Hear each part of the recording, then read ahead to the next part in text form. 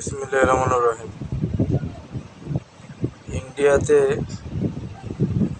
মুসলমানের উপরে অত্যাচার করা হচ্ছে খুবই বেশি। অমানবিক অত্যাচার, নির্যাতন করছে মোদি সরকার।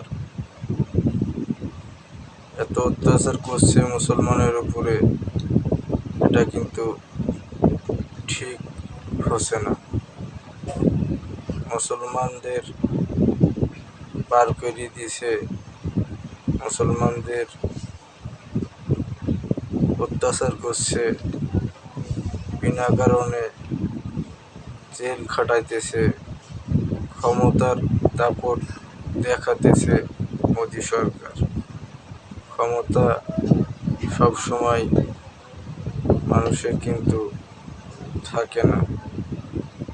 আল্লাহ পরীক্ষা করছে, আল্লাহ ক্ষমতা দিয়ে মানুষকে পরীক্ষাও করে।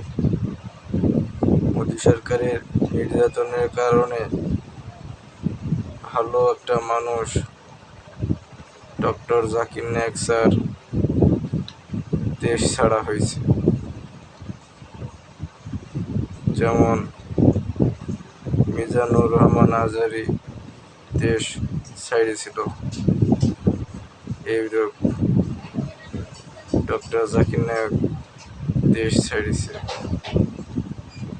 আল্লাহ তাআলা এদের হেদায়েত দান করুন।